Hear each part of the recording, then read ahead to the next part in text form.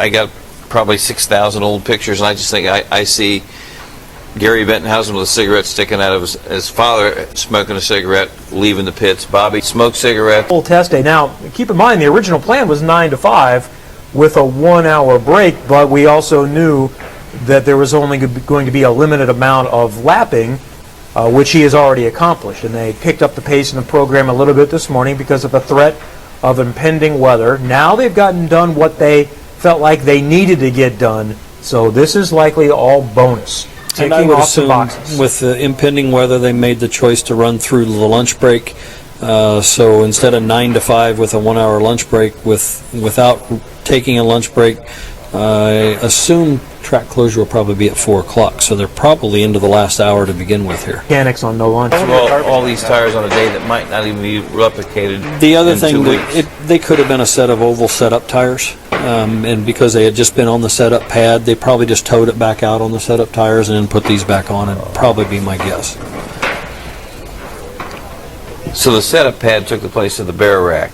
Yes. The bear rack, Kevin, was this old thing back in the old gasoline alley. It was, well, that's just kind of what it said, right? Like taking your old, and that's how guys align their car. Yep. Okay.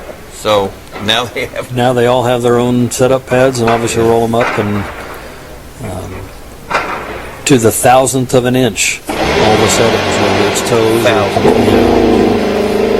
Fired again, so we'll see what he works on. Last stint was a fuel mapping under caution.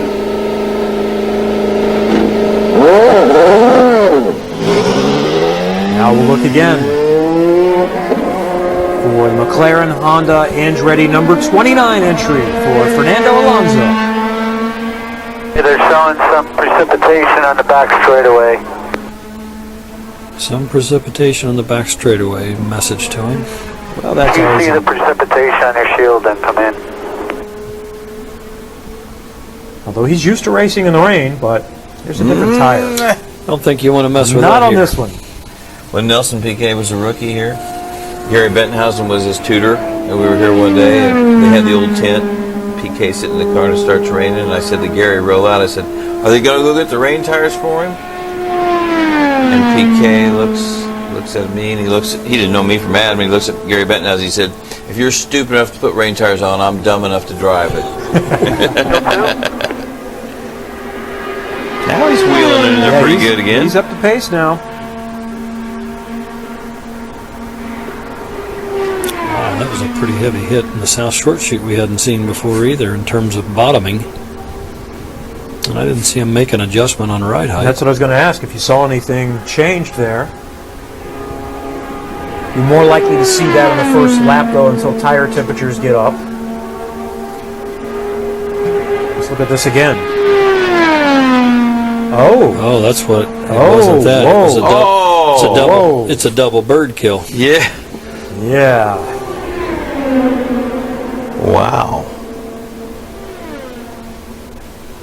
2 of them. Wow.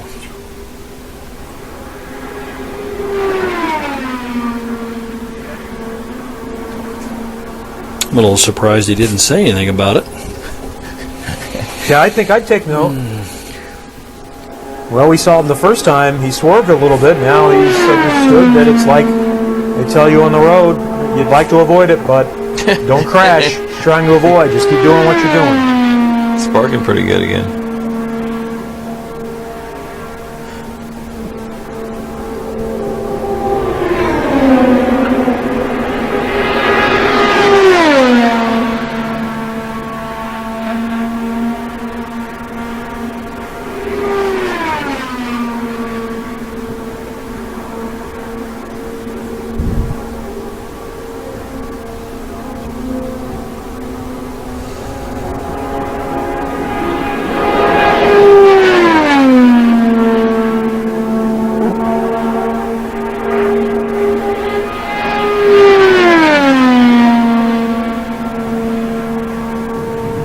Wheel 2 and work on your fuel mileage. Check or left if you want. That sounded like Michael talking to him, correct? Wait, jack or left? What's that mean? He said that twice now. Wait, Jack, or left? That's probably just making sure he's going the right direction with it, as we mentioned earlier. Instead of saying more or less right front weight, he may not know with unfamiliarity on the direction to go. They're just telling him which direction to go to make sure it's moved in the proper direction. And you know that's happened before. Absolutely. You guys went the wrong way. So still a pretty significant pace, and keep in mind that these tires have 20 plus laps. Less but sooner. So he's nearing the end of what would be a normal stint, where speeds are always going to drop, and he's just a shade under 220 miles an hour.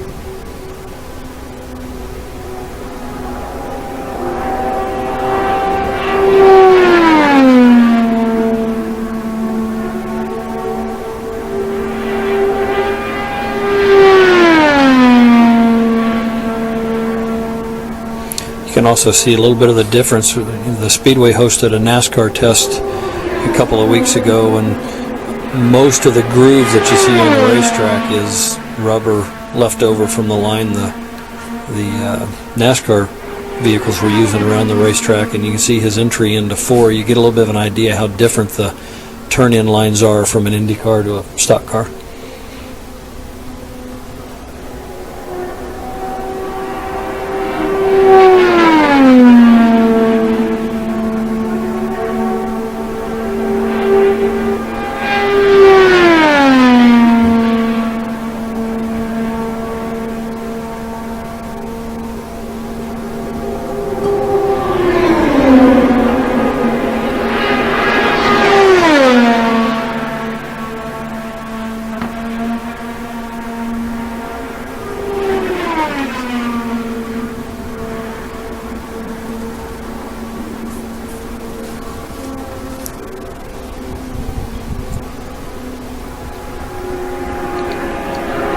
It still amazes me all these years ago how narrow this track is, and how many guys can run 4 and 5 wide on restarts, and how, for whatever amazing reason, they can manage to take care of themselves and put on the shows that they've been able to put on here.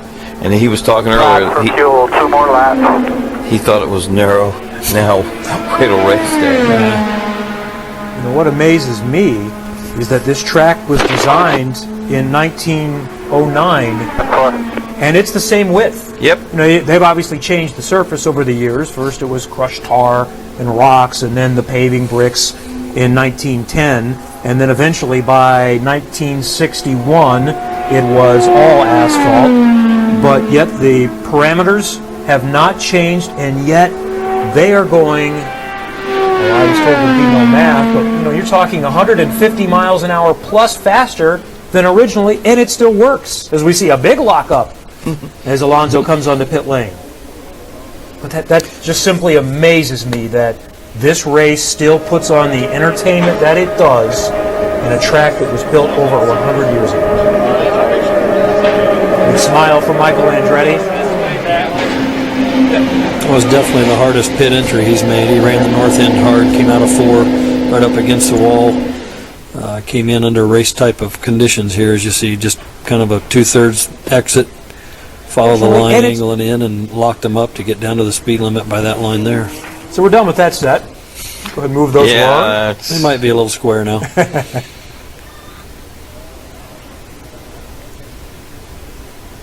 But it does not look like Fernando Alonso has had enough yet. No movement.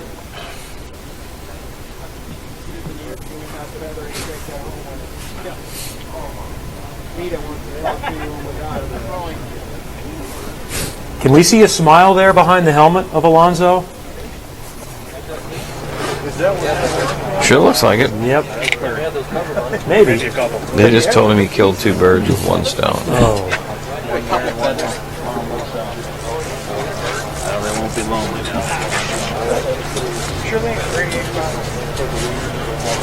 One's on the rear wing, so I don't You know, the other thing we think about too, Kurt Busch did a fabulous job. I mean, he made a lot of fans with what he did here. He's growing up on ovals. Yeah. This is this first guy's day on an oval. It's impressive. Here we go back There we again. go. We just saw the cleanup, I think, coming from this. Oh, At least they didn't suffer. Wow. true.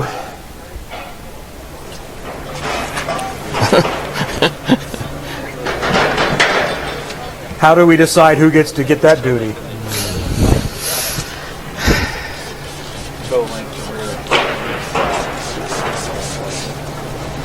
That's a good-looking race car. It was always just that McLaren orange was just such a. Zach Brown said he's already had 50 texts today of people saying, "Paint your Formula One car that color." There's something about the blue numbers with it that's perfect. Mhm. Yep. got a little bit more. That's still. Would you always leave those blockers in? On a hot day, you'd never use them, Brian? Correct, yeah. Hot day, you know, the engine manufacturers give you your parameters on what the operating temps have got to be for the oil and the water, and they literally will drive how much shutter you'll have on or have off. They'll tell the team, take one more off or add one more on, because there's the prime operating temps in the zone that they have to have it in, and the engine manufacturers will make those adjustments for you. Rose on.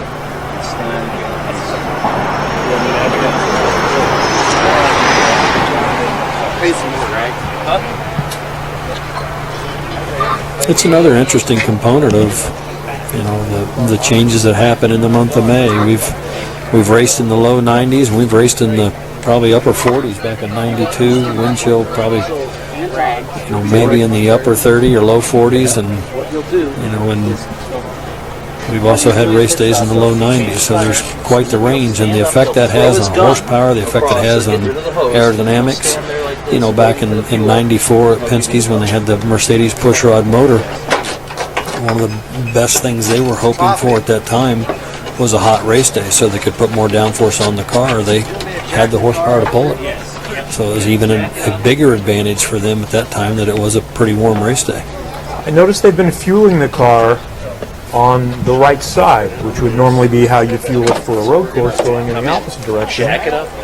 Count to 5. Would that not normally be the other side in the oval? Yeah, I'm guessing just in the preparation they just haven't had a chance to change the Buckeye from right side to left side yet. And again, I don't know what the history of this car is, what event it was last used in, if this car raced at Long Beach, say. Yeah, or maybe it's a backup for the IndyCar Grand Prix. Correct, which fueling is on the right side as you're going counter oval race at that point in time. So that's probably what it is, and the switchover will come over for May 15th to move the fueler to the Buckeye hole you see on the left side. How significant is that change? What kind of time is involved? And then that leads me to just a general IndyCar question. How much time does it take to change one of these cars over from oval to road course setup? It can be done in a day. You know, it's a fairly involved process, but in this case, like you said, knowing that the Indy Grand Prix is the next race, it most likely is held out as a backup car for that event that's upcoming and what they're doing. But a lot of it also is just the schedule. IndyCar guys got to remember this Andretti Autosport team has been participating on a regular basis with IndyCar. We were in Phoenix and then went straight to St. Louis, and the first thing Rob Edwards said to me this morning, he said this would have been a lot easier if we weren't in St. Louis yesterday. So, I mean, it's pretty grueling, and this operation to take on 6 cars for the month of May, 2 additional cars, the fact that they're a 4-car team and adding two rookies, and when you look at the schedule that we're running with the race at Phoenix, and 2 days later you're in St. Louis and doing an open test there, and the next morning you're on track here with an ROP with Alonso's first day on the racetrack, it's a grueling schedule. Well, and keep in mind, Saturday night at Phoenix, none of their 4 cars finished. How many crashed? Marco's